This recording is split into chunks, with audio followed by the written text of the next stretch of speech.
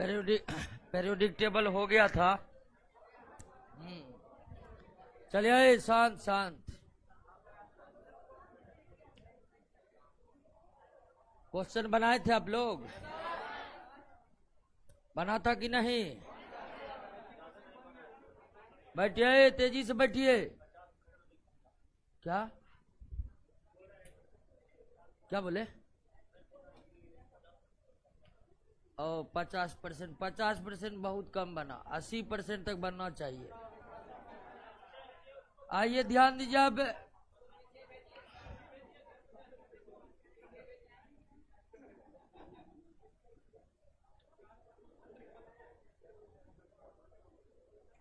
चलिए तो आइए देखते हैं कि क्वेश्चन को। पहला प्रश्न, तत्वों का आवर्ती वर्गीकरण करना क्यों जरूरी है? तत्वों की संख्या बहुत अधिक है। अब तक 115 से ज्यादा तत्व खोजे जा चुके हैं। क्या इसलिए आवर्ती वर्गीकरण करना जरूरी है? बिल्कुल सही, बिल्कुल सही। तत्व के गुण भिन्न भिन्न होते हैं। एक एक करके तत्वों के गुणों का अध्ययन करना जटिल हो जाता है। बिल्कुल, इनमें से इन सभी कारणों से तत्व का आवर्ती वर्गीकरण करना जरूरी है। आवर्ती वर्गीकरण का मतलब होता है निश्चित संख्या के बाद गुणों का दोहराव होना, रिपीट होना। ठीक है, निश्चित संख्या के बाद अगर गुण समान हो रहे हैं तब उसे कहा जाता है आवर्ती पेरियोडिक। ठीक है, तो इनमें से सभी। नेक्स्ट प्रश्न, तत्वों को धातु अधातु में वर्गीकरण किसने किया था? लेबाइजर ने। लेकिन यह वर्गीकरण ज्यादा मान्य। तत्वों के वर्गीकरण हेतु तिर्यक नियम किसने दिए? डोबरेनर ने। तिर्यक नियम किसने दिए? निम्नलिखित में तत्वों का कौन सा सेट डोबरेनर के तिर्यक नियम का पालन करता है? सभी है, बिल्कुल सभी है। 4 सेट बताए थे डोबरेनर का। निम्नलिखित में कौन सा एक समूह डोबरेनर के तिर्यक नियम का पालन नहीं करता है? लोहा नहीं है। डोबरेनर के तिर्यक नियम में लोहा का कहीं जिक्र है ही नहीं। Calcium, strontium, barium, lithium, sodium, potassium, fluorine, chlorine, bromine, iodine, sulphur, selenium, ये लोहा, क्रोमियम, मैग्नीज वाला सेट जो है इस पर डोबरेनर का नियम लागू होता ही नहीं है। कथनों पर विचार कीजिए। जर्मन रसायनज्ञ जॉन डोबरेनर ने तत्वों के वर्गीकरण हेतु तिर्यक नियम दिया। सही है। तिर्यक तत्वों में बीच वाले तत्व का परमाणु द्रव्यमान शेष 2 तत्व के परमाणु द्रव्यमान के योग के बराबर। गलत। योग नहीं, किसके बराबर? औसत के बराबर होता है। तिर्यक के तत्वों में बीच वाले तत्व का परमाणु द्रव्यमान शेष 2 तत्व के परमाणु द्रव्यमान के औसत के बराबर होता था, योग के नहीं। तो पहला सही है, जबकि दूसरा क्या है? अरे इसमें लगता है सही गलत क्या पूछ रहा है, तो दिया ही नहीं है। सही है। इसको टाइपिंग में कुछ छूट गया, नोट में भी छूटा हुआ है। नोट में है तो ये बात तो जाने की पहला कथन सही है, दूसरा क्या है? गलत है। आज साउंड प्रॉब्लम नहीं ठीक हुआ ना? अच्छा, तत्वों का सबसे पहला वर्गीकरण डोबरे। आपने देखा था कि लेबाइजियर तो किया था, लेकिन लेबाइजियर का वर्गीकरण गिनती में नहीं आ पाया। लेबाइजियर का वर्गीकरण गिनती में नहीं आ पाया। तो पहला वर्गीकरण में इसी का नाम आता है, डोबरेनर का। तत्वों के अष्टक नियम किसने दिया? न्यूलैंड ने। अष्टक नियम किसने दिया? यदि तत्व को उनके बढ़ते परमाणु द्रव्यमान के आधार पर समायोजित किया जाए तो किसी भी तत्व से प्रारंभ करें। आठवां कह रहा है तो क्या? न्यूलैंड का अष्टक नियम। न्यूलैंड के अष्टक नियम में कई अज्ञात तत्वों के लिए रिक्त स्थान रखे थे जिसका भविष्य में खोजा जाना निश्चित था। ये सरासर गलत है। न्यूलैंड ने तो कहा था कि प्रकृति में 56 तत्व है, 56 ही रहेगा, भविष्य में एक की भी खोज। न्यूलैंड का जिंदे जी ढेर सारा खोज कर लिया। अब उसके बाद न्यूलैंड मुंह छुपाए घूम रहा था। लेकिन दूसरा कथन पढ़ लेते हैं। न्यूलैंड का अनुमान था कि प्रकृति में केवल 56 तत्व ही है, भविष्य में अन्य तत्वों का आविष्कार नहीं होगा। हाँ, ये सही है। न्यूलैंड के संदर्भ में ये बात सही है, ये बिल्कुल गलत है। दूसरा सही है, पहला क्लियर। एक्स वाई जेड त्रिक तत्व है। यदि एक्स वाई जेड अगर त्रिक तत्व है तो वाई का परमाणु द्रव्यमान एक्स और जेड के औसत के ये 2 है, बराबर होगा। तो कारक की एक्स का कितना है 8, जेड का तो 18, 9 दूनी 18, 9 हो जाएगा। एम और एन समान गुण वाले 2 तत्व है जो अष्टक नियम का पालन करता है। एम तथा एन के बीच के तत्वों की संख्या कितनी होगी? अष्टक नियम ना, गण लेते देखिए नोट। अष्टक नियम का यहां न्यूलैंड का दिया हुआ है ना। हाँ देखिए, अष्टक नियम में आप लिथियम से गणना चालू कीजिए। लिथियम का गुण सोडियम के समान होगा। तो लिथियम सोडियम के बीच 1 2 3 4 5 6 कितना 6 ना, बीच में न कर रहा है। एम तथा एन के बीच में कौन? तो पहला का गुण 8वें के क्या है? तो इसके बीच में दूसरा, तीसरा, चौथा, 5वां, 6ठा, 7वां और 8वें ना आएगा। तो 2 2 4 2 6, 2 2 4 2। तो एम तथा एन समान गुण वाले तत्व हैं जो अष्टक नियम का पालन करता है। तो अष्टक नियम ये कहता है कि पहला का गुण 8वें के, तो इनके बीच कितने तत्व होंगे? तो इनके बीच कुल 6 तत्व होंगे। डोबरेनर का तिर्यक नियम तथा न्यूलैंड का अष्टक नियम तत्व के परमाणु द्रव्यमान और उनके गुणों के बीच एक प्रकार का संबंध स्थापित करता। सही है, बिल्कुल सही है। डोबरेनर की बात करिएगा, वो भी परमाणु द्रव्यमान की बात की थी, और न्यूलैंड की बात कीजिए, वो भी परमाणु द्रव्यमान की ही बात की थी। तो दोनों परमाणु द्रव्यमान और उनके तत्व के गुणों के बीच के संबंधों का जिक्र किया है, बिल्कुल सही है। तिर्यक नियम तथा अष्टक नियम के आधार पर संपूर्ण तत्वों का वर्गीकरण संभव नहीं है, ये भी सही है। संपूर्ण तत्वों का वर्गीकरण संभव नहीं था, इसीलिए कुछ समय के बाद इनके नियमों को त्याग दिया गया। तो दोनों कथन क्या है? तत्व के भौतिक एवं रासायनिक गुण उसके परमाणु द्रव्यमान के आवर्त फलन होते हैं। हाँ, ये तो मेंडलीव का जमाना आ गया है। तत्व के भौतिक एवं रासायनिक गुण उनके परमाणु द्रव्यमान के आवर्त फलन होते हैं, ये मेंडलीव का कथन है। मेंडलीव के आवर्त नियम के अनुसार तत्व के गुण उसके परमाणु भार या परमाणु द्रव्यमान, जो कहिए बात बराबर है। परमाणु द्रव्यमान और परमाणु भार अलग अलग चीज। नेक्स्ट, आवर्त सारणी के जनक किसे कहा जाता है? मेंडलीव को कहा जाता है। आवर्त सारणी का जनक मेंडलीव को कहा जाता है। निम्नलिखित कथनों पर विचार कीजिए। आवर्त सारणी का निर्माण सर्वप्रथम मेंडलीव ने किया था, बिल्कुल। आधुनिक आवर्त सारणी मेंडलीव का आवर्त सारणी का ही संशोधित स्वरूप है, बिल्कुल ये भी सही है। दोनों कथन क्या है? दोनों कथन सही है। मेंडलीव ने अपने आवर्त सारणी में तत्व के वर्गीकरण का आधार परमाणु द्रव्यमान या परमाणु भार को रखा था। किस वैज्ञानिक ने तत्वों की आवर्त सारणी में तत्व को परमाणु द्रव्यमान के बढ़ते क्रम में? हाँ, ये मेंडलीव। एक ही क्वेश्चन को तरह तरह से पूछा जा रहा है। आवर्त सारणी के मेंडलीव का निधन 1907 में जन्म हुआ था आपको 8 फरवरी 1834 को। मेंडलीव का जन्म रूस में हुआ था 8 फरवरी 1834 को, और 1907 में उसका क्या हो गया, निधन हो गया। 1907 में निधन हो गया। जानते हैं मेंडलीव को जीते जी कोई उपलब्धि हासिल नहीं थी, क्योंकि 1907 में कौन केमिस्ट्री पढ़ता था क्या। अब जो मेंडलीव का महत्व तब जब लोग केमिस्ट्री पढ़ेंगे।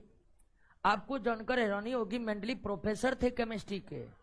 लास्ट में जब उनका जीवन नहीं चलने लगा तो हम लोगों की तरह सरकारी नौकरी पर चले गए, और वे माप तौल विभाग में काम करते थे। रूस के सरकार के जो माप तौल विभाग थे उसी में वो कार्य करते थे, और अंततः उसी पद पर रहते हुए उनकी मृत्यु हो गई, निधन हो गया। और जीते आज जितने मेंडलीव को उपलब्धि मिली हुई है, जीते जी उसकी उपलब्धि नहीं थी। जब वो मर गए तो उसके अंतिम यात्रा को कवर करने के लिए अमेरिका के कुछ पत्रकार लोग गए हुए थे। तो रूस के लोगों से पूछा कि कौन थे मेंडलीव साहब, नहीं पता है कौन थे, लेकिन सुनते हैं बहुत बड़का आदमी है, ठीक है। इस तरह के उनके अंतिम यात्रा में शामिल लोग बोल रहे थे। यानी कि जब अंतिम यात्रा चल रही थी मेंडलीव के निधन के बाद, तो उनके अंतिम यात्रा में शामिल लोगों को भी उनके कार्य के बारे में पता नहीं था। मेंडलीव के आवर्त सारणी का प्रकाशन सर्वप्रथम 1869 में हुआ था। वर्ष 1817 में डैश ने समान गुण वाले तत्वों के समूह को क्रमबद्ध करने का प्रयास किया। 1817 ये डोबरेनर ने 1817 में डोबरेनर ने किया था तिर्यक नियम। न्यूलैंड ने अपने अष्टक नियम का प्रतिपादन कब किया था, 1886। डोबरेनर ने 1800 और न्यूलैंड ने 1800, और मेंडलीव का आवर्त सारणी प्रकाशित हुआ यानी न्यूलैंड के 3 साल बाद। आवर्त सारणी ऊर्ध्वाधर, इसको कहते हैं वर्टिकल, को क्या कहते हैं, वर्ग। आवर्त सारणी क्षैतिज, ये हुआ क्षैतिज, इसको क्या कहते हैं, आवर्त। क्षैतिज को क्या कहते हैं, आवर्त। साउंड नहीं है, साउंड है, थोड़ा प्रॉब्लम हो रहा। बारिश हुई है ना तो तार भीग गया है।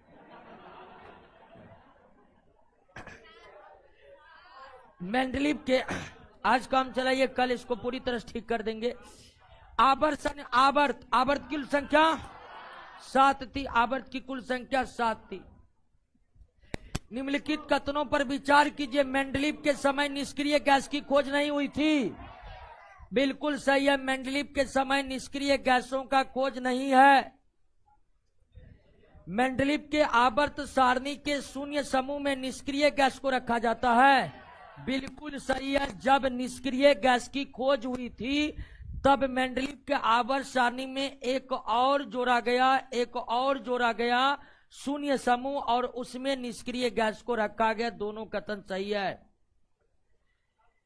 कौन सुमेलित नहीं है, हाँ, 1 के बी को क्या कहते हैं, सिक्का धातु कहते हैं या मुद्रा धातु कहते हैं। 1 क्षारीय मृदा धातु जो है वह 2 के बी में है।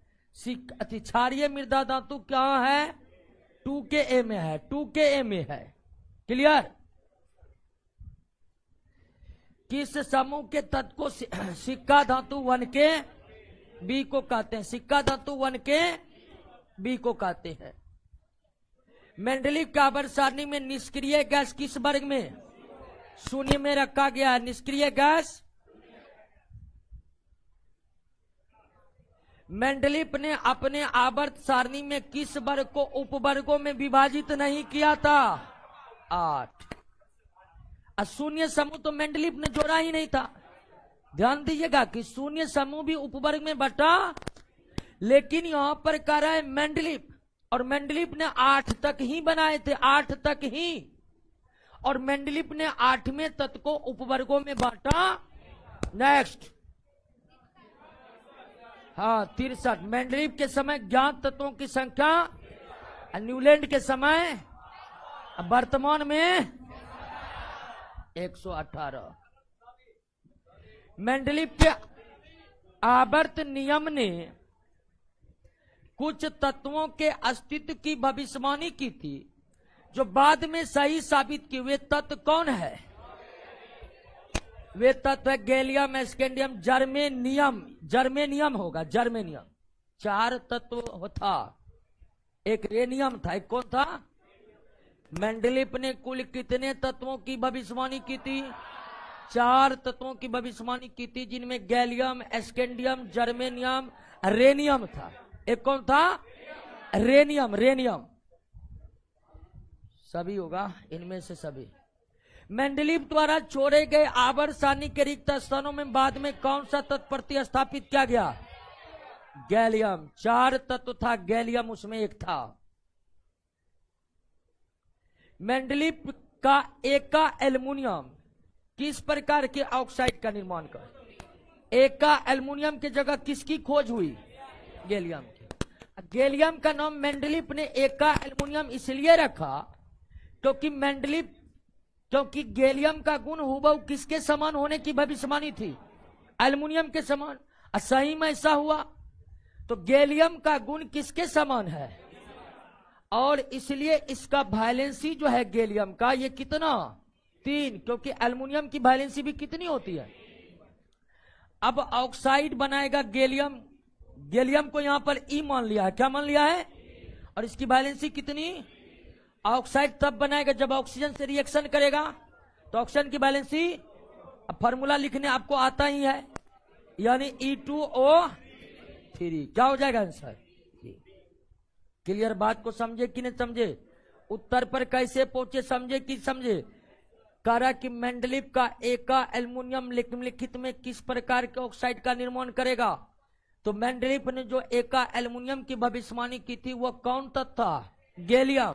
गैलियम को एका एल्युमिनियम के रूप में मेंडलीफ ने इसलिए संबोधित किया क्योंकि मेंडलीफ का भविष्यवाणी थी कि सेम टू सेम किसके समान ये होगा? एल्युमिनियम। और वर्तमान पीरियोडिक टेबल में भी आप देखिएगा कि गैलियम जो है एल्युमिनियम वाले वर्ग में है। और अगर गैलियम एल्युमिनियम वाले वर्ग में है तो गैलियम की वैलेंसी उतनी होगी जितनी एल्युमिनियम की, क्योंकि आप जानते हैं कि एक वर्ग में स्थित सभी तत्वों की वैलेंसी समान होती। और आप एल्युमिनियम के बारे में जानते हैं, इसकी वैलेंसी कितनी होती है? 3। नहीं जानते तो जान लीजिए कि वैलेंसी कितनी होती है? 3। तो गैलियम की भी वैलेंसी कितनी होगी? लेकिन सवाल में गैलियम को ई से इंडिकेट किया गया है। तो गैलियम की वैलेंसी 3। ऑक्साइड बनाएगा तब जब ऑक्सीजन से करेगा रिएक्ट, और ऑक्सीजन की वैलेंसी 2। फार्मूला बनते वक्त वैलेंसी अदला बदली हो जाती है और फार्मूला ये बनेगा। नेक्स्ट, संक्रमण तत्व किसमें है? मेंडलीफ के आवर्त सारणी में संक्रमण तत्व किस समूह में है? 7 में। 7 में तो हेलोजन है। 6 में चाल्कोजेन, 8 में है। 8 में है। संक्रमण तत्व जो होगा मेंडलीफ के आवर्त सारणी में किसमें होगा? 8 में होगा। क्लियर? आगे बढ़ते हैं। निम्नलिखित कथनों पर विचार कीजिए। मेंडलीफ आवर्त सारणी के किसी वर्ग में स्थित सभी तत्व का रासायनिक गुण समान होते। बिल्कुल सही। एक वर्ग में स्थित सभी तत्व का रासायनिक गुण क्या होगा? मेंडलीफ के आवर्त सारणी में किसी आवर्त में स्थित सभी तत्व के रासायनिक गुण समान होते हैं? नहीं। एक आवर्त में स्थित सभी तत्व के रासायनिक गुण समान, एक वर्ग में स्थित सभी तत्वों के रासायनिक गुण समान होते। 37 का ए। मेंडलीफ द्वारा उसके आवर्त सारणी में रिक्त स्थानों से घोषित 3 तत्व, एक का बोरन, बोरन के जगह स्कैंडियम, एल्युमिनियम के जगह गैलियम और सिलिकॉन के जगह जर्मेनियम। सही है, एकदम ए नंबर होगा।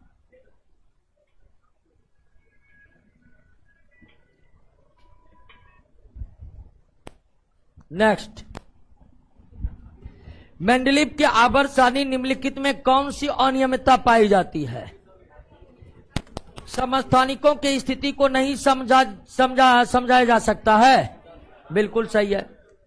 कुछ तत्व परमाणु द्रव्यमान के अनुचित क्रम में व्यवस्थित है। यह भी सही है। हाइड्रोजन का स्थान क्या है? तो अनियमितताएं की बात कीजिएगा, ये तीनों अनियमितताएं मेंडल के पीरियोडिक टेबल में मौजूद है। मेंडलीव के आवर्त सारणी में किस तत्व को उचित स्थान प्रदान नहीं कर सका? हाइड्रोजन का। वर्तमान समय में हीलियम का भी स्थान क्या है? लेकिन हीलियम इनर्ट गैस है जिसका खोज मेंडलीव के समय हुआ ही, तो भूल चूक में मेंडलीव के नाम में ये ऑप्शन नहीं दे दीजिएगा। वर्तमान पीरियोडिक टेबल में हाइड्रोजन हीलियम दोनों का स्थान क्या है? विवादित है। लेकिन पूछ रहा है कि मेंडलीव के आवर्त सारणी में, तो मेंडलीव के आवर्त सारणी के समय हीलियम की खोज हुई ही नहीं थी, तो मेंडलीव ने किसमें विवाद पैदा किया? हाइड्रोजन में। रूसी रसायनक कौन था? रूसी रसायनक तो कौन था जी? मेंडलीव था। रदरफोर्ड न्यूजीलैंड के थे, मोसले इंग्लैंड के थे, बर्जिलियस फ्रांस के थे। बर्जिलियस फ्रांस के ही थे। कौन सा तत्व का मौलिक गुण है? परमाणु संख्या। मौलिक गुण, फंडामेंटल कैरेक्टरिस्टिक को प्रदर्शित करने वाला किसी तत्व का होता है एटॉमिक नंबर, परमाणु संख्या। परमाणु संख्या, न कि परमाणु द्रव्यमान तत्व के अधिक मौलिक गुण है। ये कथन किसके हैं? हेनरी मोसले के हैं। कथन किसके हैं? आधुनिक आवर्त नियम किसने प्रतिपादित किया? मोसले। लगता मेंडलीव का इलाका समाप्त हो गया है। आधुनिक आवर्त सारणी में तत्वों के वर्गीकरण का आधार क्या है? परमाणु संख्या। बढ़ते हुए परमाणु संख्या के आधार पर तत्वों को सजाया गया है। आधुनिक आवर्त सारणी के संबंध में कौन सा कथन असत्य है? हेनरी मोसले ने तत्वों के एक्स किरण स्पेक्ट्रम के गुणों के नियमितताओं का अध्ययन क्या सही है? परमाणु संख्या के सापेक्ष उत्सर्जित एक्स किरणों की आवृत्ति का ग्राफ एक सीधी रेखा में होता है, यह भी सही है। मोसले ने एक्स किरण प्राप्ति हेतु जिस तत्व पर कैथोड किरणें से प्राप्त किया उसे कैथोडिक द्रव कहा गया, यह गलत है। कैथोडिक द्रव नहीं कहा गया, बल्कि कहा गया क्या? Anti cathode. क्या कहा गया? एंटी कैथोड कहा गया। Anti cathode. मोसले ने एक्स किरण की प्राप्ति के लिए जिस तत्व पर कैथोड से प्रहार किया उस तत्व को क्या कहा गया? एंटी कैथोड कहा गया। इसलिए यह कथन क्या है? गलत है। ये बात बताए भी थे एंटी कैथोड का। वीडियो नहीं चल रहा है, रुक गया। बफरिंग। Oh my God. सही हुआ? अच्छा दोस्तों, सेकेंड के लिए हुआ, सेकेंड के लिए हुआ था। बारिश हो रही है ना? नहीं, सही बात है, हंसने वाली बात। बारिश में जो है ना, वो जो नेट आता है ना, उसको कौन नेट कहते हैं? तारों से जो आता है, वो थोड़ा इधर उधर फ्लक्चुएट करने लगता है, कभी कम कभी ज्यादा। तो ये आवर्त सारणी में क्षैतिज पंक्तियां, क्षैतिज का मतलब ऊर्ध्वाधर, क्रमशः पूछ रहा है। क्रमशः में पहले कौन है? आंसर क्या होगा? भूल से भी नहीं दे दीजिएगा, सीधे सब क्या दिया, 0 हो जाएगा। तो क्रमशः पूछ रहा है तो उसी बात का जिक्र करेंगे जिसमें क्षैतिज पहले है, तो पहले क्षैतिज को ही बताएंगे। आईपेक के अनुसार आधुनिक आवर्त सारणी में कुल समूह 18 और कुल आवर्त, कुल समूह 18, कुल आवर्त। फिर देखिए यहां पर सी नंबर में दे दिया है, ये नहीं होगा, इसका डी होगा, सॉरी बी होगा आंसर। आवर्त सारणी के संबंध में कौन सा कथन असत्य है? एक वर्ग के सभी तत्वों का बाह्य इलेक्ट्रॉनिक विन्यास में एकरूपता पाई जाती है। बिल्कुल। एक वर्ग में स्थित सभी तत्वों के परमाणु में संयोजी इलेक्ट्रॉन समान होते, सही है। किसी वर्ग के सभी तत्वों की संयोजकता समान होती है, सही है। तो मतलब गलत कौन है? वर्ग के ऊपर नीचे आने पर परमाणु में सेलों की संख्या समान रहती है, नहीं, सेलों की संख्या क्या होती है? बढ़ती जाती है। सेलों की संख्या क्या होती है? बढ़ती जाती है, बढ़ती जाती है। तो यह कथन गलत है।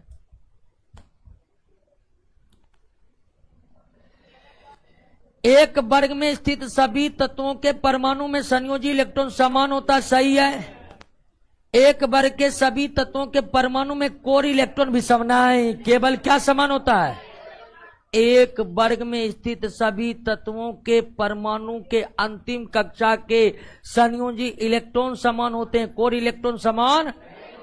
तो पहला कथन सही है, दूसरा क्या है? नेक्स्ट, क्षारीय धातु वर्ग एक।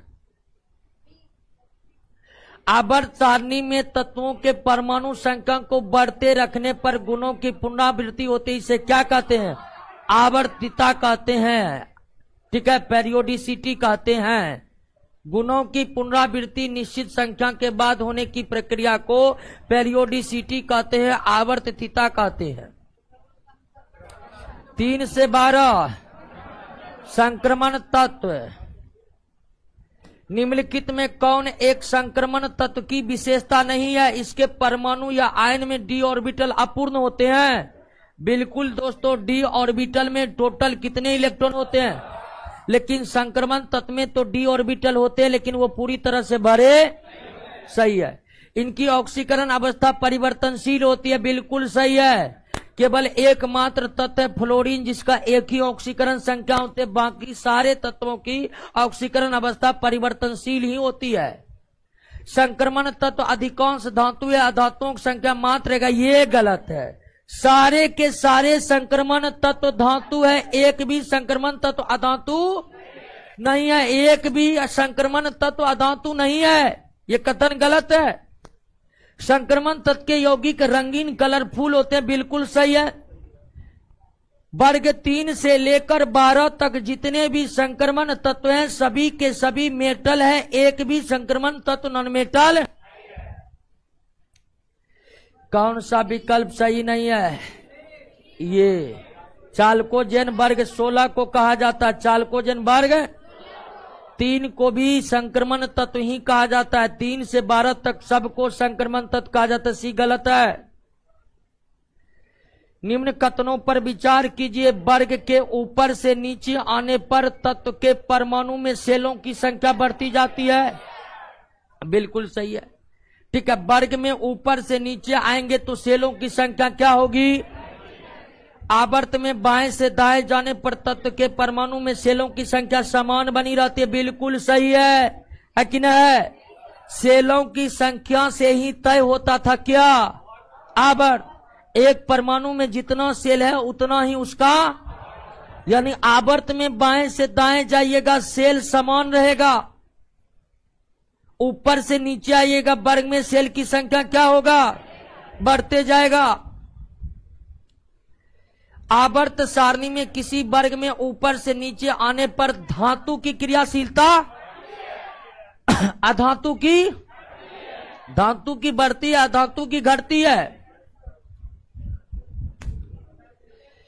निम्नलिखित में सबसे अधिक क्रियाशील धातु कौन है? ऊपर से नीचे आने का बढ़ेगा जी। Hydrogen, lithium, sodium, potassium, rubidium, caesium, और ऊपर से नीचे आएंगे तो क्रियाशीलता हाइड्रोजन से ज्यादा नहीं, हाइड्रोजन को छोड़ दीजिए, लिथियम से ज्यादा, सोडियम से ज्यादा, पोटेशियम ज्यादा, रुबिडियम से ज्यादा, सीजियम से ज्यादा। सबसे अधिक किसका होगा? सीजियम होगा। क्लियर? तो यहां पर देख रहे हैं सब एक ही वर्ग का धातु है कि नहीं है? सब एक ही वर्ग का है, वर्ग 1 का है ये चारों। और आप जानते हैं कि वर्ग 1 धातु का है, और आप ये भी जानते हैं कि ऊपर से नीचे आने पर धातु की क्रियाशीलता, तो लिथियम से ज्यादा क्रियाशील कौन होगा? सोडियम से ज्यादा, पोटेशियम से ज्यादा, सबसे ज्यादा, सबसे कम। हाइड्रोजन विवादित वाला चीज है, इसीलिए उसको क्या कर दिए? हटा दिए। क्या होगा आंसर? सब सोडियम मारकर बैठल थे। न्यूनतम क्रियाशील। अब देखिए ये वर्ग 2 का सारा धातु वर्ग 2 का है, वर्ग 2 का पीरियोडिक टेबल है। वर्ग 2 का देखिएगा तो सबसे ऊपर में beryllium, magnesium, calcium, barium, strontium. तो ऊपर से नीचे आने पर क्रियाशीलता, लेकिन यहां क्या कर रहा है? न्यूनतम किसका होगा? उच्चतम किसका होगा? स्ट्रांसियम का होगा। क्लियर? निम्नलिखित में कौन सा विकल्प सुमेलित नहीं है? प्रथम आवर्त में 2 है, दूसरा में 8 है, तीसरा में भी 8 है। ये सप्तम गलती है। सप्तम वर्ग अभी भी, सप्तम आवर्त अभी भी अधूरा है, सप्तम आवर्त अभी भी अधूरा है। क्लियर? चलिए, ऑनलाइन वाला सब बोलता है कि हमको ध्यान नहीं देते। ऑनलाइन वाला को ध्यान नहीं भी देते, वीडियो पड़ा हुआ वो अनलिमिटेड बार देख सकता है। क्या एक सुविधा तो ऑनलाइन वाले को ये मिलती है। वैसे ध्यान सब पर देते, हम तो स्लो स्लो चल रहे हैं और ये क्वेश्चन करवा रहे हैं, इतना डिटेल में जाकर थ्योरी करवाए हैं कि उससे ज्यादा हमको आता ही नहीं था कि और क्लियर करवाते। और अब देख रहे हैं प्रश्न बनाने में कोई दिक्कत हो रहा है? नहीं हो रहा है, हमको नहीं हो रहा, तो आप लोग क्या होगा? 61 नंबर, आधुनिक आवर्त नियम के अनुसार कौन सा आवर्त अपूर्ण है? सप्तम आवर्त अपूर्ण है। आ जाएगा, आ जाएगा। आज लाइन खूब कटा है, लेकिन अरे बारिश तो ईसा पूर्व से ही हो रहा है, ठीक है, और युग बीत जाने तक होगा। लेकिन अभी भी बिजली विभाग का टेक्नोलॉजी जो है ना,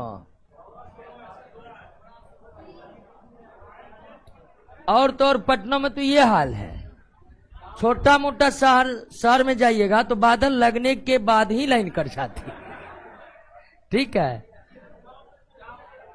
मुंगेर जिला, खगड़िया जिला के सुदूर इलाकों में जाइएगा, ये बात तो है, देखिए ये बात तो है कि लाइन बिजली की उपलब्धता निश्चित तौर पर बहुत ज्यादा हुई है। कोने कोने तक अपवादों को छोड़ दिया जाए तो बिहार के हर गली में लाइन पहुंच गया है। और लाइन न सिर्फ पहुंचा है बल्कि उसकी उपलब्धता है। गांव में भी लगभग 20 से 21 घंटा तो लाइन रहता ही रहता है। लेकिन अब बिजली विभाग के जो सबसे बड़ी चुनौती है लगातार लाइन देने की।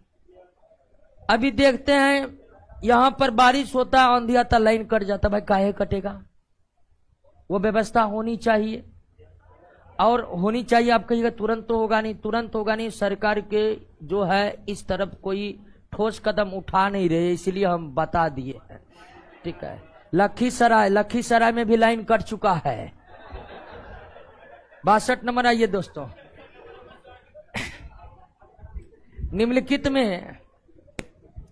निम्नलिखित में कौन एक सही नहीं है? आवर्त होगा सही। आवर्त सारणी में किसी वर्ग में नीचे से आने पर धातुई लक्षण बढ़ता, बिल्कुल सही है। अत्यधिक धातुई लक्षण आवर्त सारणी के वर्ग के सबसे निचले भाग में पाया जाता, बिल्कुल। ऊपर से नीचे आने पर अगर धातुई लक्षण बढ़ता है तो सबसे अधिक धातुई लक्षण वाला निचले भाग में न होगा, तो यह भी क्या है? आवर्त सारणी। यहां आवर्त गलत लिखा हुआ। आवर्त सारणी के किसी वर्ग में नीचे जाने पर तत्वों की विद्युत धनात्मकता का लक्षण बढ़ता है, बिल्कुल सही है। विद्युत धनात्मकता और धातुई लक्षण सेम है, एक दूसरे के पर्यायवाची है, इसका मतलब गलत यही है। आवर्त सारणी के किसी वर्ग में नीचे जाने पर तत्वों की विद्युत ऋणात्मकता बढ़ती है, नहीं। विद्युत धनात्मकता अगर बढ़ रहा है तो विद्युत ऋणात्मकता घटेगी। तो किसी वर्ग में ऊपर से नीचे जाने पर, ऊपर से नीचे आने पर विद्युत धनात्मकता यानी इलेक्ट्रोपॉजिटिविटी बढ़ती है और इलेक्ट्रोनेगेटिविटी घटती है। आवर्त सारणी के किसी वर्ग में ऊपर से नीचे आने पर इलेक्ट्रॉन त्यागने की प्रवृत्ति क्या होती है? इलेक्ट्रॉन त्यागने की प्रवृत्ति को धात्विक लक्षण कहते हैं। ऊपर से नीचे आने पर धात्विक लक्षण बढ़ा तो इसका मतलब है इलेक्ट्रॉन त्यागने का गुण बढ़ा। निम्नलिखित में कौन सा तत्व मैग्नीशियम के समान रासायनिक अभिक्रियाएं दर्शाएंगे? वो सभी तत्व जो मैग्नीशियम के वर्ग में उपस्थित होंगे वे सभी मैग्नीशियम के समान ही रासायनिक व्यवहार दर्शाएंगे। और बेरिलियम, कैल्शियम, बेरियम, स्ट्रांसियम सब किस वर्ग में है? मैग्नीशियम वाले वर्ग में है और ये सभी एक ही वर्ग के हैं, तो एक वर्ग के सभी तत्व समान रासायनिक व्यवहार को प्रदर्शित करते हैं, इसलिए इसका आंसर होगा इनमें सभी। आवर्त सारणी में वर्ग में ऊपर से नीचे आने पर परमाणु का आकार या परमाणु त्रिज्या क्या होता है? क्योंकि सेलों की संख्या बढ़ती है। आवर्त सारणी में वर्ग में ऊपर से नीचे आने पर परमाणु त्रिज्या बढ़ता जाता है, क्योंकि परमाणु में सेलों की संख्या बढ़ती जाती है। सेलों की संख्या नेक्स्ट ध्यान दीजिए आप। कर एक तत्व एक्स Cl2 वाला क्लोराइड बनाता है। क्लोराइड एक्स तब बनाएगा जब वो किससे रिएक्शन करेगा? क्लोरीन से रिएक्शन करेगा। और क्लोरीन की वैलेंसी कितनी होती है? 1। और अगर यह XCl2 है तो निश्चित तौर पर X की वैलेंसी 2 होगी ही होगी, क्योंकि वैलेंसी अदला बदली होती है। तो अगर एक तत्व X का क्लोराइड XCl2 है तो इसका मतलब X तत्व की वैलेंसी और X तत्व की वैलेंसी 2 है, तो यह किस वर्ग में होगा? वर्ग 2 में होगा, क्योंकि वर्ग 2 के तत्वों की ही वैलेंसी कितनी होती है? और वर्ग 2 का तत्व इसमें कौन है? मैग्नीशियम है। एल्युमिनियम वर्ग 13 का है, फास्फोरस वर्ग 15 का है, सोडियम वर्ग 1 का है, तो वर्ग 2 का इसमें कौन तत्व है? मैग्नीशियम। चलिए एक कह रहा है कि 2 दिनों से कट था लाइन मेरे गांव में। 2 दिन से बारिश हो रही होगी आपके गांव में क्या? इसलिए 68 नंबर। एक तत्व आवर्त सारणी के वर्ग 3 तथा द्वितीय आवर्त में स्थित है। वर्ग 3 और यह संक्रमण तत्व है। यह तत्व निम्नलिखित में कौन सा गुण को प्रदर्शित करेगा? द्रव तो नहीं होगा, क्योंकि द्रव जो अधिकांश, अगर आप वर्ग 1 की बात करिएगा, वर्ग 2 की बात करिएगा, वर्ग 3 की बात करिएगा, और इसमें केवल कौन है? और आप जानते हैं पारा के अतिरिक्त कोई भी धातु द्रव, अब पारा 1 2 3 किसी का नहीं है, तो ये तो नहीं होगा। ठोस हो सकता है, कम धातुई हो सकता है, ये होगा। कम धातुई क्यों? तो आप जानते हैं कि बाएं से दाएं जाने पर धातुई गुण में क्या आती है? तो सबसे ज्यादा धातुई गुण, उससे कम, इसलिए क्या दिया आंसर? कम धातुई। फिर ये नहीं होगा क्योंकि वर्ग 3 में अधातु है ही नहीं, गैस वर्ग 3 तक है ही नहीं, तो आंसर क्या होगा? बी होगा। क्लियर बात समझे कि नहीं? निम्नलिखित में कौन न्यूनतम परमाणु त्रिज्या वाला तत्व है? ऊपर से नीचे आने पर परमाणु त्रिज्या फ्लोरीन, क्लोरीन, ब्रोमीन, आयोडीन, एस्टेटिन। यह वर्ग 17 का है कि न है? वर्ग 17 में ऊपर से नीचे यही क्रम न है, तो सबसे बड़ा परमाणु त्रिज्या और सबसे छोटा क्या पूछ रहा है? न्यूनतम परमाणु त्रिज्या फ्लोरीन का ना होगा, क्योंकि ऊपर से नीचे आने पर परमाणु त्रिज्या क्या होता है? बढ़ता है। तो ऊपर से नीचे आएंगे, बढ़ते जाएगा, तो न्यूनतम परमाणु त्रिज्या ऊपर वाले का होगा, मतलब फ्लोरीन का होगा। निम्नलिखित में किस तत्व का परमाणु त्रिज्या सबसे अधिक होगा? ये लगता है एक आवर्त का है, एक वर्ग का नहीं है। एक वर्ग का है, हाँ एक वर्ग का, एल्युमिनियम का एक वर्ग का है, एक वर्ग का है। ये एल्युमिनियम 13, ये वर्ग 13 का है। पीरियोडिक टेबल में वर्ग 13 देखिए, वर्ग 13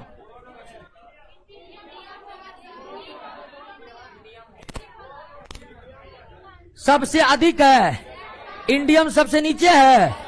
आंसर क्या होगा दोस्तों? ये चारों का चारों तत्व वर्ग 13 का है, और वर्ग 13 में ऊपर से नीचे आइएगा परमाणु त्रिज्या बढ़ेगा, ऊपर से नीचे आएगा, सबसे नीचे में इंडियम है और सबसे ऊपर में, तो सबसे बड़ा परमाणु त्रिज्या इंडियम का और सबसे छोटा इसमें किसका होगा?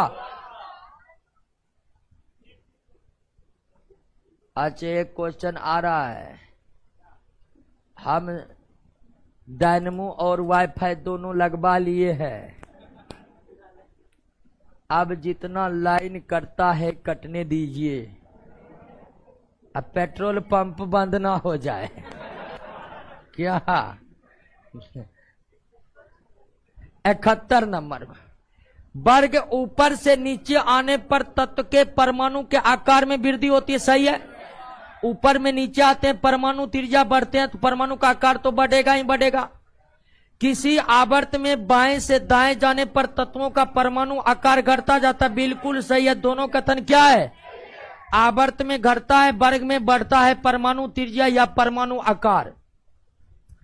आवर्त सारणी में किसी तत्व के समस्थानिक को वहीं रखा गया है जहां पर तत्व है, एक ही स्थान पर तत्व और उसके समस्थानिक को रखा गया है। आवर्त सारणी के एक तत्व के परमाणु के सभी सेल इलेक्ट्रॉन से पूर्ण रूप से भरा हुआ है, और ऐसा सिर्फ है केवल किसमें? केवल अक्रिय गैसीय ऐसे तत्व है जिसके सारे सेल इलेक्ट्रॉन से पूरी तरह भरे होते हैं। यह तत्व किस वर्ग का होगा? तो अक्रिय गैस वर्ग 18 का। अक्रिय गैस किस वर्ग का है? 18 का है। निम्नलिखित में कौन सा कथन आवर्त सारणी के एक ही आवर्त के तत्वों के लिए लागू नहीं होता है? बाएं से दाएं जाने पर संयोजी इलेक्ट्रॉन की संख्या बढ़ती है। बिल्कुल सही, यह बढ़ोतरी 1 से 8 तक होती है। बाएं से दाएं जाने पर परमाणु का आकार घटता है। बिल्कुल सही है, आवर्त में बाएं से दाएं जाने पर परमाणु का आकार घटता है। बाएं से दाएं जाने पर तत्वों की ऑक्साइड की प्रकृति क्षारीय होती जाती है। यह गलत है। बाएं से दाएं जाते हैं तो तत्वों की ऑक्साइड की प्रकृति क्या हो जाती है? धातु का ऑक्साइड क्षारीय होता है, धातु का ऑक्साइड, जबकि अधातु का ऑक्साइड। आप जानते हैं कि बाएं तरफ धातु है, दाएं तरफ, इसीलिए बाएं से दाएं जाएंगे तो धातु तत्वों के ऑक्साइड की प्रकृति क्षारीय क्या होते जाएगी। इसलिए यह कथन क्या है? क्लियर? लेंथेनाइड एक्टेनाइड किस वर्ग का तत्व है? वर्ग 3 का। वर्ग 3, और लेंथेनाइड का आवर्त 6 है, एक्टिनाइड का आवर्त 7 है। आवर्त सारणी के वर्ग 15 में किस तत्व का सबसे अधिक धात्विक गुण होगा? तो जो सबसे नीचे होगा। सबसे नीचे कौन है? बिस्मथ। वर्ग ऊपर से नीचे आने पर धात्विक गुण क्या होता है? बढ़ते जाता है। तो वर्ग 15 के उसी तत्व का सबसे अधिक धात्विक गुण होगा जो वर्ग 15 के सबसे नीचे में होगा। और वर्ग 15 के सबसे नीचे में कौन है? बिस्मथ है। चेक कर लिए हैं? चेक कर लीजिए। आवर्त सारणी के प्रत्येक आवर्त का अंतिम सदस्य क्या होता है? प्रत्येक आवर्त का अंतिम सदस्य वही होगा जो वर्ग 18 में होगा। अब प्रत्येक आवर्त का प्रथम सदस्य वही होगा जो वर्ग, तो किसी भी आवर्त का प्रथम सदस्य वर्ग 1 का क्षारीय धातु होता है, और किसी भी आवर्त का अंतिम सदस्य वर्ग 18 का अक्रिय गैस होता है। तो अक्रिय गैस। आवर्त सारणी के किसी आवर्त का प्रथम सदस्य, अभी तुरंत बताएं, प्रथम सदस्य, अंतिम सदस्य अक्रिय गैस। निम्नलिखित में कौन समान रासायनिक गुण वाले तत्वों का युग्म है? Nitrogen phosphorus. समान गुण वाले तत्व वही होंगे जिसमें वैलेंस इलेक्ट्रॉन क्या होगा? समान होगा। और नाइट्रोजन में भी वैलेंस, नाइट्रोजन का कितना होता है? 7। वैलेंस इलेक्ट्रॉन कितना है? फास्फोरस का कितना होता है? 15। तो 8 2 10 5। तो दोनों में देख रहे हैं वैलेंस इलेक्ट्रॉन समान है। और भिन्न भिन्न तत्वों में अगर वैलेंस इलेक्ट्रॉन समान है तो उसकी रासायनिक गुण भी क्या होगा?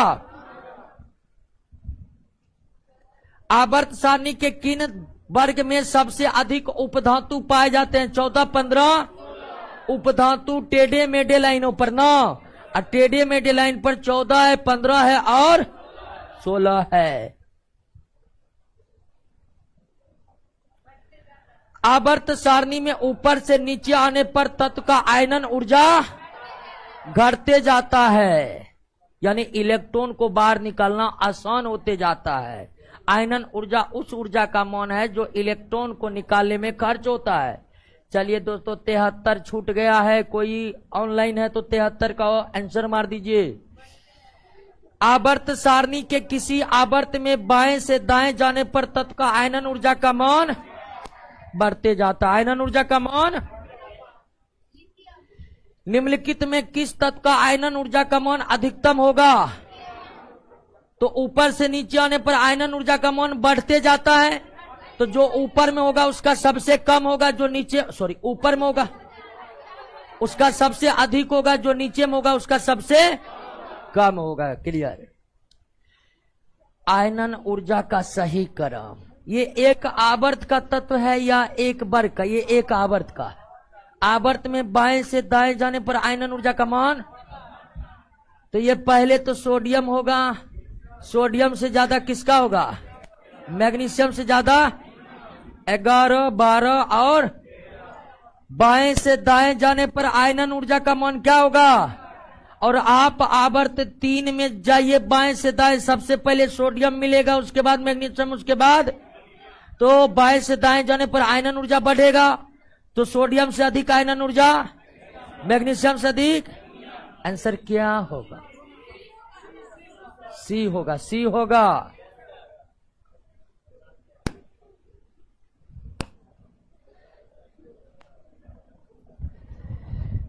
निम्नलिखित कथनों पर विचार कीजिए। किसी आवर्त के क्षारीय धातु का आयनन विभव न्यूनतम, अक्रिय गैस का आयनन विभव अधिकतम होता है। बिल्कुल सही। बाएं से दाएं जाने पर आयनन ऊर्जा का मान क्या होता है? बढ़ता है। तो बाएं से दाएं जाइएगा तो सबसे अंत में आपको अक्रिय गैस मिलेगा, तो उसका आयनन ऊर्जा सबसे, और सबसे पहले क्षारीय धातु न है, तो किसी भी आवर्त में क्षारीय धातु की आयनन ऊर्जा सबसे कम और अक्रिय गैस का आयनन ऊर्जा सबसे। किसी आवर्त के धातु के तुलना में अधातुओं का आयनन विभव उच्च होता है। बिल्कुल सही है। बाएं से दाएं जाएंगे, धातु से क्या मिलेगा? धातु से क्या मिलेगा? अब बाएं से दाएं जाएंगे, आयनन ऊर्जा क्या होगा? बढ़ते जाएगा, तो धातु से ज्यादा किसका होगा? दोनों कथन क्या है? नेक्स्ट,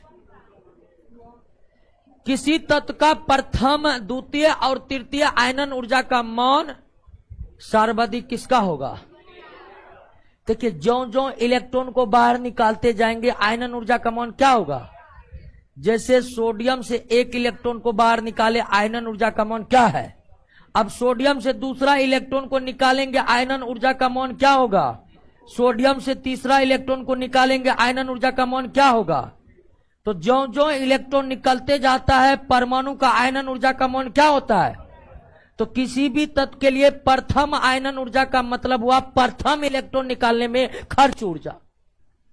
तो प्रथम इलेक्ट्रॉन को निकालने में सबसे कम ऊर्जा खर्च होती है, फिर दूसरा इलेक्ट्रॉन निकालने में उससे ज्यादा, तीसरा इलेक्ट्रॉन निकालने में उससे ज्यादा।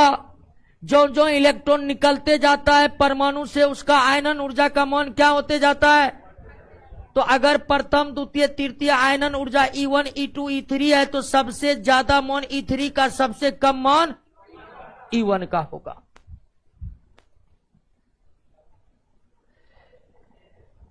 निम्नलिखित में प्रत्येक त्रिक में उच्चतम आयनन विभव वाला को चुनिए। ये बाएं से दाएं है, हैं?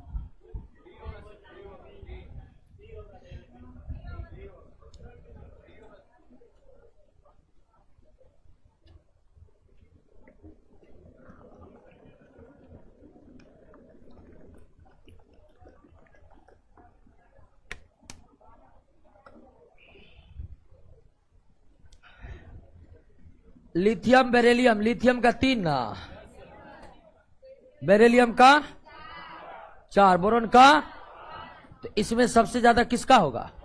बोरोन का। बाएं से दाएं जाने पर आयनन विभव क्या होगा? बढ़ेगा।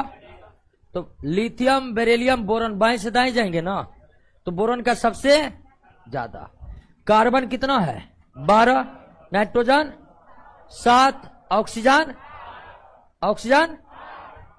8,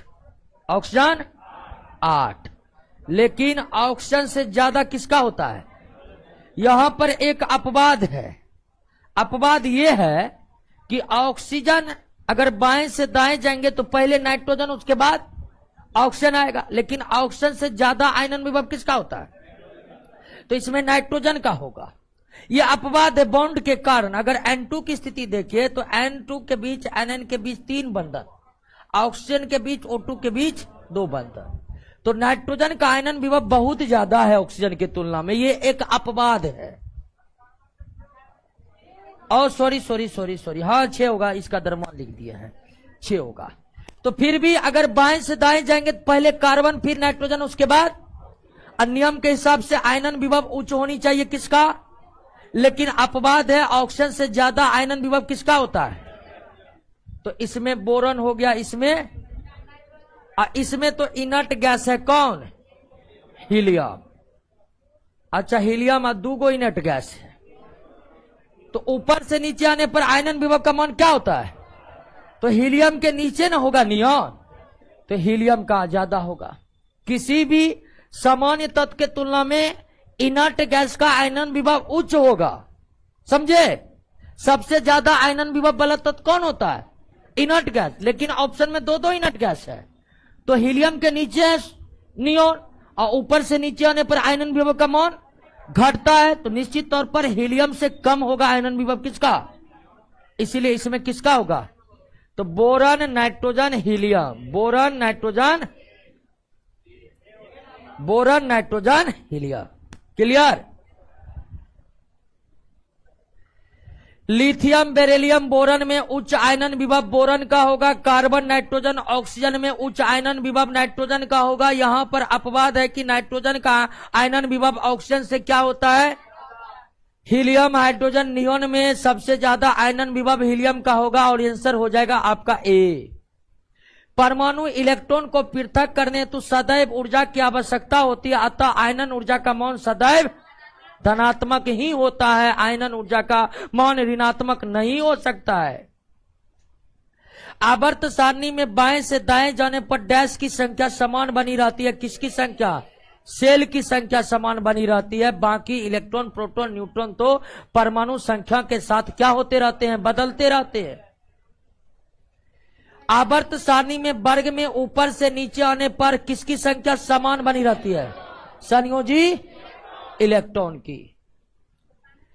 तत्व को 4 ब्लॉक में बांटा गया है और यह आधार है बांटने का परमाणु कक्षक। परमाणु कक्षक क्लियर? परमाणु कक्षक मतलब SPDF। अंतिम इलेक्ट्रॉन S में गया तो S, अंतिम इलेक्ट्रॉन P में गया तो P, अंतिम से पहले वाले कक्षा के D में गया तो अंतिम से पहले वाले कक्षा F है तो F ब्लॉक। कक्षक को अंग्रेजी में ऑर्बिटल कहते। कक्षक को अंग्रेजी में 13 से 18 P ब्लॉक। आवर्त सारणी को 4 ब्लॉक में विभाजित किया गया। हीलियम कौन से ब्लॉक में है? S ब्लॉक में है। हीलियम किस ब्लॉक में है? आवर्त सारणी के छठे आवर्त के 14 तत्व, 7वें आवर्त के 14 तत्व, छठे आवर्त के 14 तत्व लेंथेनाइड, 7वें आवर्त का 14 तत्व एक्टिनाइड कहते हैं। क्लियर? लेंथेनाइड एक्टिनाइड किस ब्लॉक का है? F ब्लॉक का है। संक्रमण तत्व किस ब्लॉक में है? D ब्लॉक में है। आवर्त सारणी में अधिकांश रेडियो एक्टिव तत्व किसमें है? अधिकांश रेडियो एक्टिव तत्व एक्टिनाइड समूह में है। किस समूह में है? और एक्टिनाइड समूह में है। और एक्टिनाइड समूह किस ब्लॉक का है? प्रबल धातुई गुण वाला क्षारीय धातु तथा क्षारीय मृदा धातु किस ब्लॉक में आते हैं? S ब्लॉक में। एक तत्व के संयोजी इलेक्ट्रॉन की कुल संख्या में 10 जोड़ने पाए, 10 जोड़ने हैं किसमें? P ब्लॉक में। याद है ना जी? 10 जोड़े थे किस ब्लॉक के तत्व को प्राप्त करने के लिए? अधातुओं को किस ब्लॉक में रखा गया है? P ब्लॉक में। P ब्लॉक में। आवर्त सारणी में कुल ऐसे कितने तत्व जो समान ताप दाब पर गैसीय अवस्था में? 11। कितने तत्व हैं? हाइड्रोजन है, नाइट्रोजन है, ऑक्सीजन है, फ्लोरीन है और क्लोरीन है। और इनर्ट गैस की संख्या कितनी है? Helium, neon, argon, krypton, xenon और 11 हो गया। तो आधुनिक आवर्त सारणी में कुल गैसों की संख्या कितनी है? 11 गैस आपके सामने में है। निम्नलिखित में कौन सा तत्व सर्वाधिक विद्युत ऋणात्मक तत्व है? सोडियम और विद्युत ऋणा सॉरी हाँ फ्लोरीन होगा। हम विद्युत धनात्मक समझ लिए। निम्नलिखित में कौन सा तत्व सबसे अधिक आधात्विक गुण वाला होगा? आधात्विक गुण बाएं से दाएं जाने पर क्या होता है? बढ़ता है। अब बाएं से दाएं जाइएगा तो सबसे अंत में आपको क्या मिलेगा? 17 का है कौन? क्लोरीन। समझे? ओ माय गॉड, ये क्या क्वेश्चन दिया हुआ है। अच्छा, बिल्कुल इजी क्वेश्चन है, कोई प्रॉब्लम नहीं जी। 58 से 71 तक लेंथेनाइट सही है। लेंथेनाइट को दुर्लभ मृदा तत्व कहते हैं, बिल्कुल सही। 90 से 103 एक्टिनाइट। एक्टिनाइट का अधिकांश तो रेडियो एक्टिव है। सभी के सभी कथन क्या है? सही है, सारा सही है। 1 मिनट करे 93 फिर से देखिए। ओ माय गॉड, 93 फिर से 93 एक बार देख लेते। 93 में कर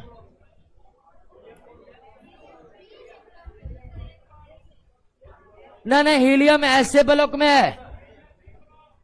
हीलियम तो विवादित है ना, फिलहाल उसको ऐसे ब्लॉक में माना गया है। अब कितना नंबर हो गया था?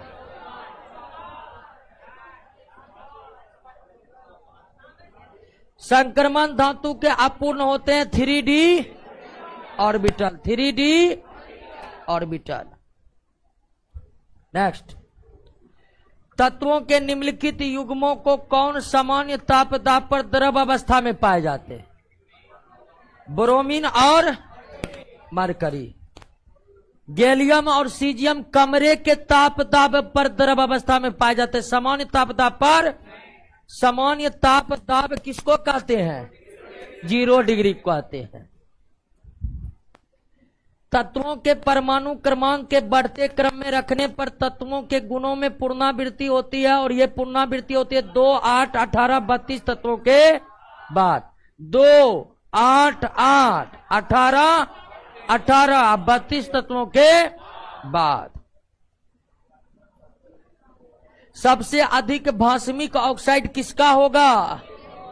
पोटेशियम का। बाएं से दाएं जाने पर भास्मीयता घटती है, अम्लीयता सबसे बाएं में पोटेशियम होगा। एक तत्व का इलेक्ट्रॉनिक विन्यास दिया हुआ है, किस ब्लॉक का अंतिम इलेक्ट्रॉन किसमें प्रवेश किया है? पी ब्लॉक में।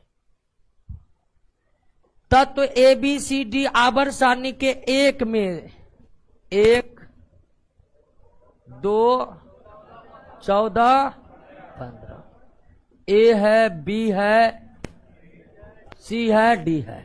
तो ये तो वर्ग 1 और 2 में कौन है? 14 और 15 में अधातु।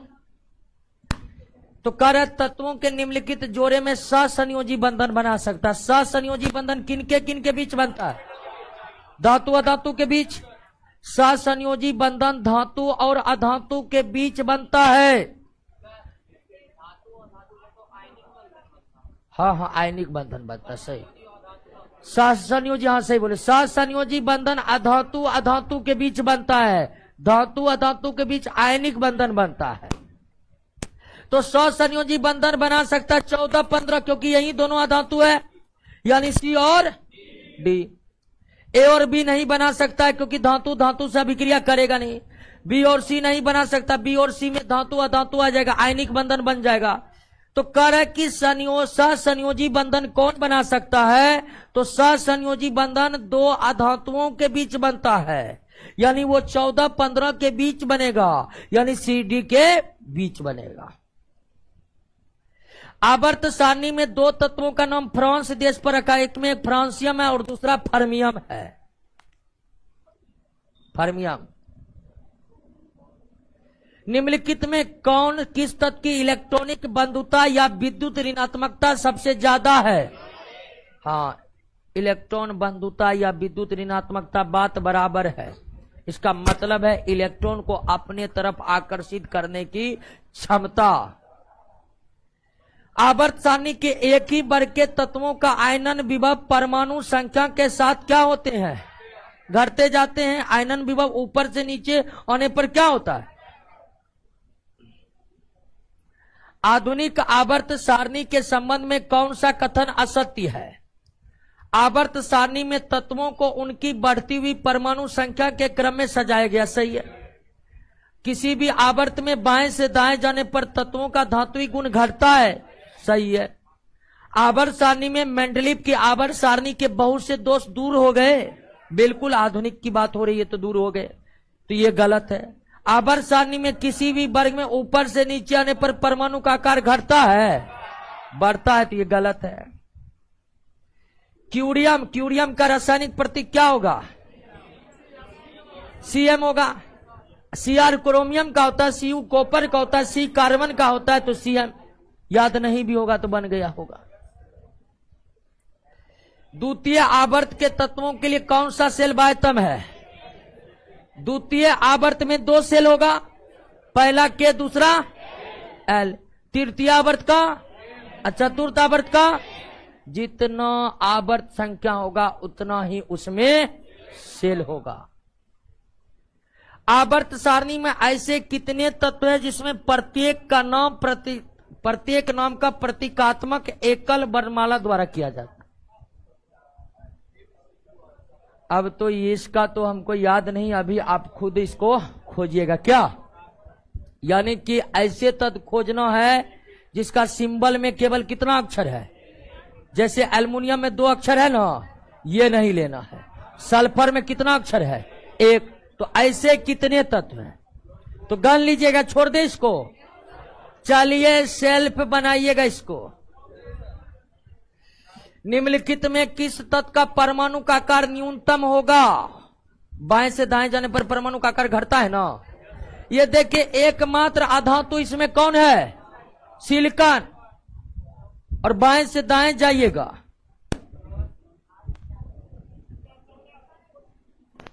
नेक्स्ट। परमाणु त्रिज्या न्यूनतम किसका? न्यूनतम किसका? ब्रोमीन का होगा। बाएं से दाएं जब पोटेशियम, कैल्शियम, एस्टियम, ब्रोमीन का सबसे कम होगा। बाएं से दाएं जाने पर परमाणु त्रिज्या क्या होता है? घटता है जी। तो सबसे न्यूनतम कौन होगा? तो ब्रोमीन होगा। ब्रोमीन वर्ग 17 का हैलोजन है। क्या हुआ? 118 सही नहीं है? अरे इसको बोले बना लीजिएगा, जो भी होगा बाद में बनाइएगा, आगे बढ़ने दीजिए। संक्रमण तत्व कौन है? आयरन। रेडियम रेडियो एक्टिव है। सोडियम क्षारीय धातु है। लेड संक्रमण तत्व नहीं है। वर्ग 14 का है लेड। निम्नलिखित में किससे इलेक्ट्रॉन को बाहर निकालना सबसे आसान है? जब इलेक्ट्रॉन निकल चुका है तो इलेक्ट्रॉन को निकालना बड़ी कठिन हो जाएगा।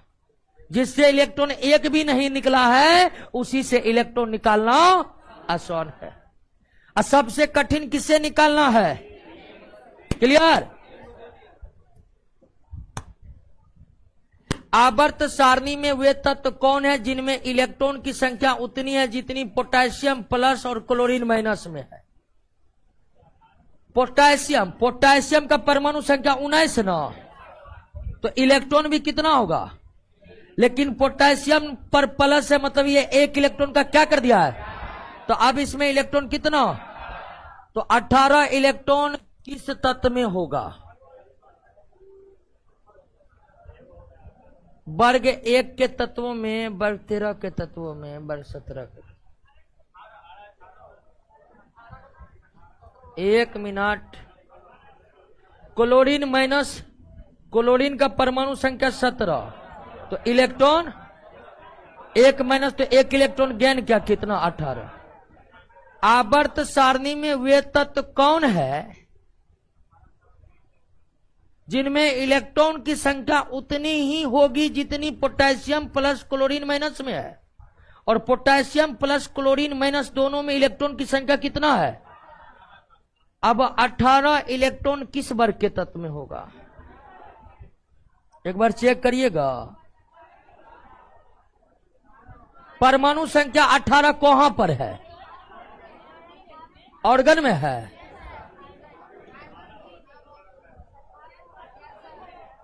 हाँ, वर्ग 18 तत्व होगा। कौन होगा? तो 18 इलेक्ट्रॉन उसी में होगा जिसका परमाणु संख्या 18 होगा। अब परमाणु संख्या 18 ऑर्गन का होता है, ऑर्गन वर्ग 18 का है। क्लियर? आवर्त सारणी के समूह 2 के तत्व X समूह 16 के तत्व Y से संयोग करता है। समूह 2 के तत्व X समूह 2 का तत्व है तो समूह 2 का वैलेंसी, और Y समूह 16 का है। 16 के तत्व की वैलेंसी कितनी? देखिए 16 है तो 10 प्लस 6। अगर वर्ग 16 का है तो उसमें वैलेंस इलेक्ट्रॉन कितना है? 6। अब वैलेंस इलेक्ट्रॉन 6 तो वैलेंसी, तो वर्ग 16 के तत्वों की वैलेंसी भी, और इसी तरह एक्स वाई क्या बन जाएगा? यौगिक का सूत्र क्या होगा? X Y. समझे कैसे बना? एक्स 2 का है, अब वर्ग 2 के तत्वों की वैलेंसी कितनी होती है? 2 होती है। वाई वर्ग 16 का है, यानी पी ब्लॉक का है। पी ब्लॉक का वर्ग बराबर होता है 10 प्लस संयोजी इलेक्ट्रॉन, तो 16 बराबर हो जाएगा 10 प्लस 6। तो इसका मतलब संयोजी इलेक्ट्रॉन कितना है? 6। और संयोजी इलेक्ट्रॉन 6 है तो वैलेंसी कितना हो जाएगा? 2। तो दोनों की वैलेंसी क्या हो गई? समान। यौगिक बन जाएगा एक्स वाई। एक धनायन का आकार अपने संगत परमाणु के आकार से छोटा होता है। मान लीजिए ये धनायन है और संगत परमाणु इसका सोडियम है, तो कह रहे एक धनायन का आकार अपने संगत परमाणु के आकार से छोटा होता है। बिल्कुल सही है, क्योंकि धनायन ने इलेक्ट्रॉन को क्या कर दिया? त्याग कर दिया। अब इलेक्ट्रॉन घट गया, प्रोटॉन बढ़ गया। प्रोटॉन है नाभिक में, तो इलेक्ट्रॉन निकालने से इलेक्ट्रॉन जो घटता है ना, तो नाभिक इलेक्ट्रॉन को खींचता है और ज्यादा बल से। नाभिक इलेक्ट्रॉन को खींचता है तो सेल भी खींचा जाता है और परमाणु त्रिज्या क्या होता है? घट जाता है। तो धनायन का आकार अपने संगत परमाणु के आकार से क्या होता है? छोटा होता है। और ऐसा क्यों होता है समझ गए कि नहीं? ऐसा इसलिए होता है कि धनायन तब बनता है जब इलेक्ट्रॉन का त्याग होता है। धनायन तब बनता है जब इलेक्ट्रॉन का, और इलेक्ट्रॉन का त्याग होता है तो प्रोटॉन बढ़ जाता है नाभिक पर धन आवेश, और धन आवेश इलेक्ट्रॉन को अपनी तरफ और ज्यादा बल से खींचता है। अब इलेक्ट्रॉन को खींचेगा नाभिक तो सेल भी खींचा जाएगा नाभिक के तरफ, और सेल अगर नाभिक के तरफ खींचाया तो परमाणु त्रिज्या क्या हो जाएगा? तो किसी भी धनायन का आकार अपने संगत परमाणु का आकार से छोटा होता है।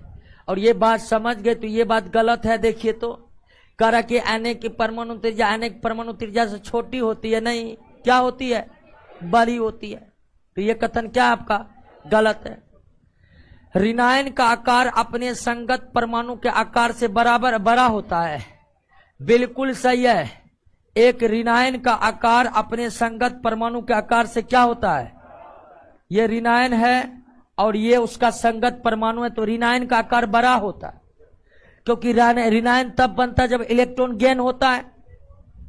इलेक्ट्रॉन गेन होता है तो प्रोटॉन घट जाता है, नाभिक का पावर घट जाता है, इलेक्ट्रॉन फैल जाता है, त्रिज्या बढ़ जाती है। इसलिए ऋणायन का आकार संगत परमाणु से बड़ा होता है और धनायन का आकार संगत परमाणु से। और ये बात अगर समझ गए तो चौथा कथन गलत है। पढ़िए, है ना? तो सही कौन है? एक और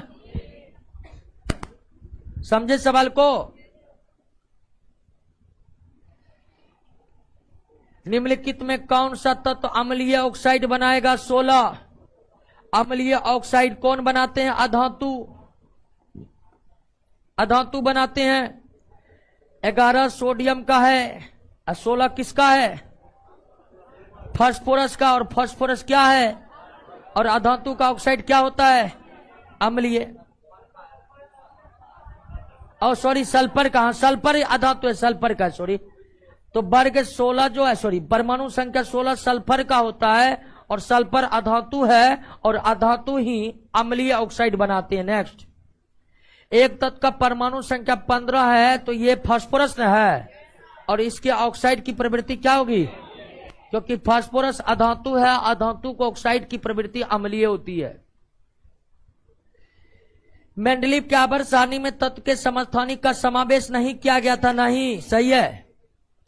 आधुनिक आवर्त सारणी में तत्व के स्थान पर ही उसके समस्थानिक को रखा गया, बिल्कुल, दोनों कथन क्या है? सही है। निम्नलिखित तत्वों को बढ़ते हुए परमाणु त्रिज्या के क्रम में क्या होगा? ऊपर से नीचे आने पर बढ़ता है जी, तो सोडियम से ज्यादा पोटेशियम का होगा,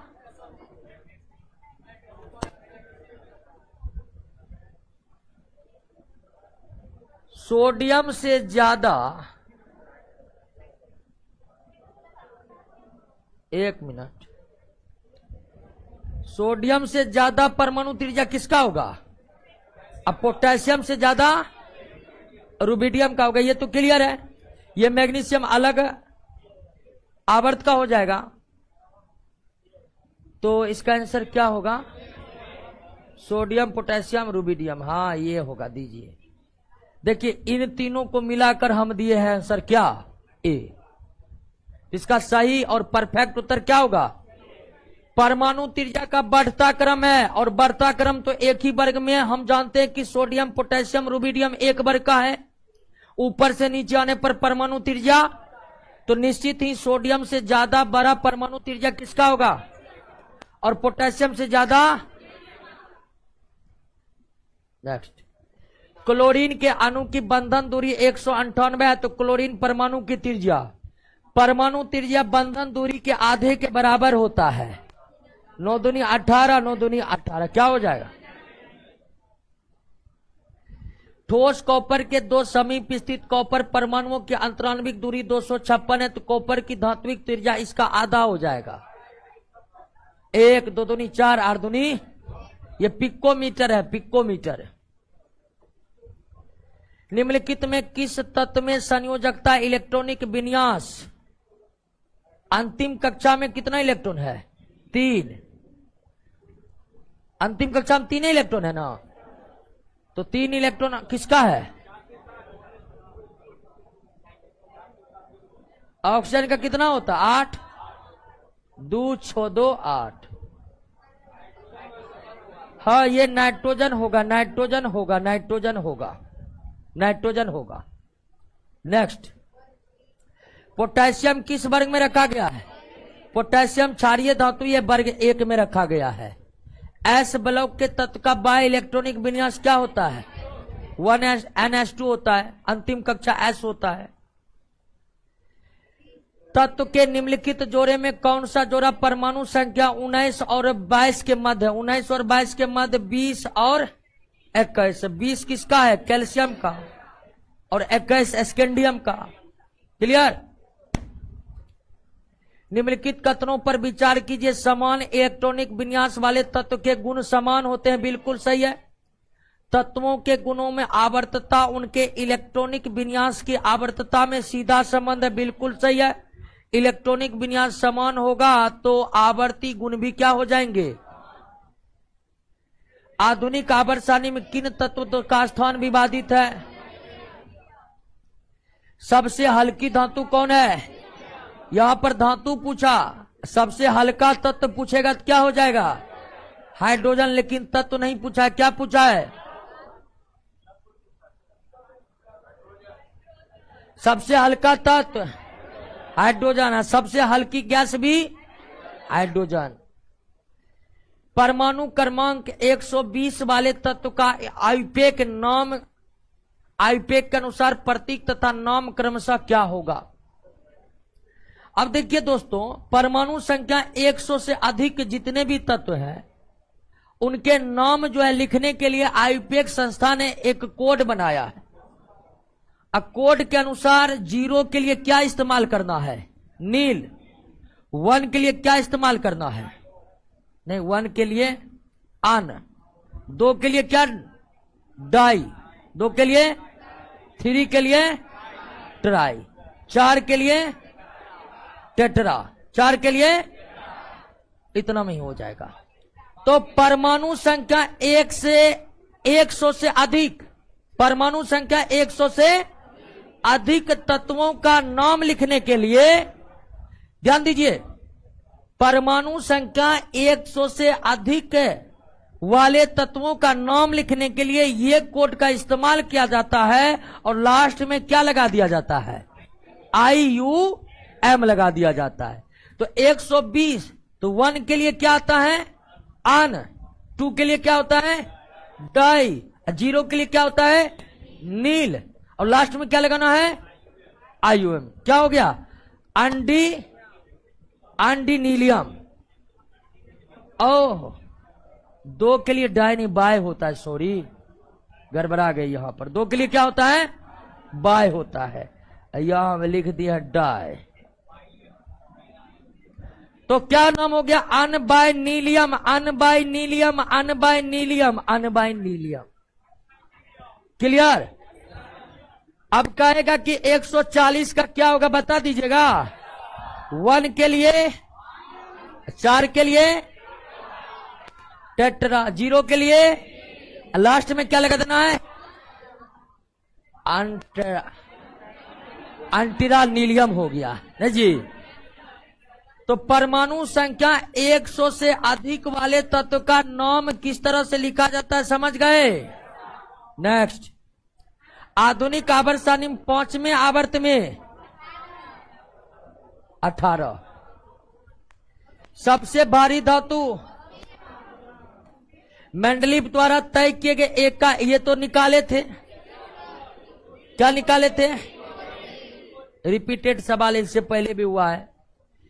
निम्नलिखित में कौन सा एक आवर्ती गुणधर्म नहीं है, अर्थात आवर्त सारणी में एक ओर से दूसरी ओर जाने पर कोई प्रवृत्ति नहीं था, ये रेडियो एक्टिविटी। रेडियो एक्टिविटी आवर्ती गुण है, क्या इसका चर्चा हुआ था। लोथर मेयर के अनुसार तत्वों के रासायनिक गुण उनके परमाणु द्रव्यमान के जानते हैं। मेंडलीव ने जो पीरियोडिक टेबल बनाया था उससे पहले कौन बना लिया था, लेकिन प्रकाशित हो गया मेंडलीव का पहले। 11th के एनसीईआरटी में लोथर मेयर का बहुत बड़ा जिक्र है। लोथर मेयर जर्मनी के थे और सेम टू सेम वो वैसे ही पीरियोडिक टेबल बना लिए थे जो मेंडलीव ने बनाया था, और मेंडलीव से पहले बना लिए थे, लेकिन इनके कार्यों का प्रकाशन समय पर हो। निम्नलिखित कथनों पर विचार कीजिए। आवर्त सारणी के वर्ग के नीचे जाने पर धातुओं के रासायनिक अभिक्रियाशीलता बढ़ती है, बिल्कुल सही है, और अधातुओं की घटती है, ये भी बिल्कुल। चलिए दोस्तों, पीरियोडिक टेबल हो गया। 11वां चैप्टर कौन है, समझिए। अभी तक जितना केमिस्ट्री पढ़े हैं वो 50% है, और ये 3 चैप्टर जो है 50%। समझे कि नहीं समझे। तो आइए अगला चैप्टर को घर पर 2-3 बार पढ़ करके आइएगा। चलिए, ऑनलाइन वाले दोस्तों कुल 145 क्वेश्चन करवाए हैं पीरियोडिक टेबल में, और लगभग हम पूरी कोशिश किए हैं कि हर तरफ से जितने क्वेश्चन का संग्रह हो सके उतना किया जा सके, और इस तरह से कुल 135 प्रश्नों का समावेश आपके नोट्स में किए हैं। इन्हीं क्वेश्चन को बार बार आप रिवाइज करिए। रवि रंजन कुमार, बिहार पुलिस के वैकेंसी नेक्स्ट ईयर फिर से आएगा, इलेक्शन तो है बिल्कुल दोस्तों। बहाली जब से बिहार का गठन हुआ तब से आ रहा है, आगे भी आता रहेगा, क्योंकि सरकारी काम कभी रुक नहीं सकते हैं। तो बहाली नहीं देने का कोई सवाल ही नहीं है कि सरकार आगे बहाली नहीं देगी। क्यों नहीं देगी, बहाली देगी ही देगी। कुछ राजनीतिक अपवादों को छोड़ दे तो बहाली समय समय पर आया है, और वर्तमान समय विकास का समय है, और इसलिए पुलिस प्रशासन की मांग हमेशा बने रहेगी और बहाली आएगी ही आएगी। चलिए, प्रणव कुमार बोल रहा है कि सोनू को बोलिए बर्गर लेते आएगा।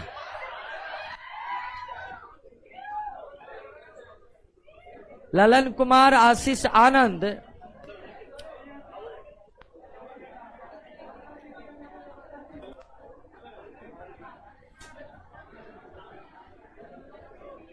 चलिए दिलीप कुमार बोले हैं सूरज को बोलिए मुर्गा लेते आएगा। चलिए सबका ऑर्डर कर दिए हैं दोस्तों। सूरज कुमार भी बोल रहा है।